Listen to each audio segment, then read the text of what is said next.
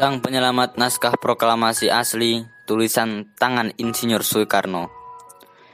Beliau ambil dari tempat sampah, kemudian beliau simpan, dan sampai sekarang menjadi arsip negara Republik Indonesia. Beliau adalah seorang wartawan, pejuang kemerdekaan, diplomat, dan pengusaha di Indonesia. Beliau bernama Burhanuddin Muhammadiyah atau yang sering dikenal dengan BM Dyah. Beliau lahir di Kutaraja, Banda Aceh, tanggal 7 April 1917. BM Dyah memiliki peran yang begitu besar dalam penyebaran kemerdekaan Indonesia hingga ke pelosok negeri. Pada saat bersekolah, BM Dyah sempat bersekolah di Hollands Inland School. Namun, ia merasa tidak senang ketika harus menempa pendidikan dengan mengajar orang Belanda. Ia pun memutuskan untuk pindah ke taman siswa di Medan.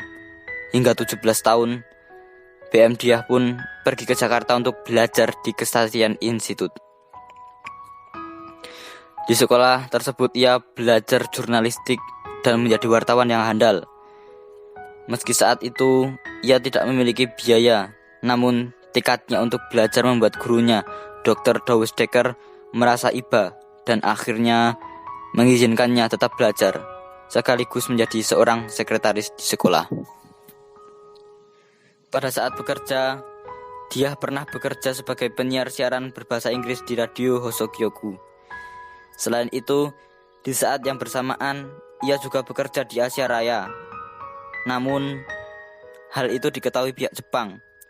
Kesal dengan kenyataan itu, Jepang pun menjebloskan dia ke penjara selama 4 hari. Pada saat yang bersamaan itu, dia bertemu dengan Herawati selama bekerja dengan Jepang,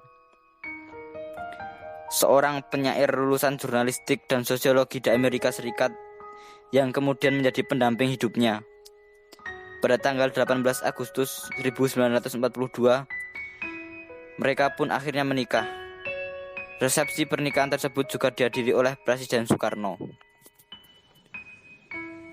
Pada saat berita proklamasi siap disebarluaskan, hal tersebut berawal dari pesan Dr. Andes Muhammad Hatta kepada BM Dyah yang saat itu turut hadir dalam perumusan teks proklamasi.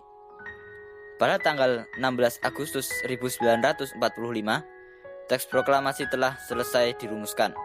Para pekerja radio pun terus menyiarkan tentang berita kemerdekaan. Namun, Jepang berusaha untuk meralat berita itu, hingga akhirnya kantor berita tersebut disegel. Upaya Jepang ternyata tidak menyurutkan BM Dyah dan rekan-rekannya untuk terus menyebarkan berita proklamasi dengan mencetak pamflet dan juga surat kabar seluas-luasnya, bahkan sampai ke pelosok Indonesia. Pada bulan September 1945, setelah diumumkannya proklamasi kemerdekaan, Jepang memang masih banyak di Indonesia. Pada bulan tersebut, BM Dyah dan beberapa rekannya memutuskan untuk mengangkat senjata dan berusaha merebut percetakan Jawa Shimbun yang menerbitkan harian Asia Raya. Meski awalnya sempat ketar-ketir mengingat pasukan Jepang yang bersenjata, namun yang terjadi justru sebaliknya. Pihak Jepang yang menjaga percetakan tidak melakukan perlawanan. Bahkan mereka menyerahkan percetakan pada BM Dyah dan teman-temannya. Berkat jasanya, Dyah pun menerima bintang Mahaputra Utama dari Presiden Soeharto pada 10 Mei 1978. Ia juga meraih penghargaan berupa medali perjuangan Angkatan 45 dari Dewan Harian Nasional Angkatan 45 pada 17 Agustus 1995. Pada 10 Juni 1996, Dyah menghembuskan nafas terakhir akibat penyakit stroke.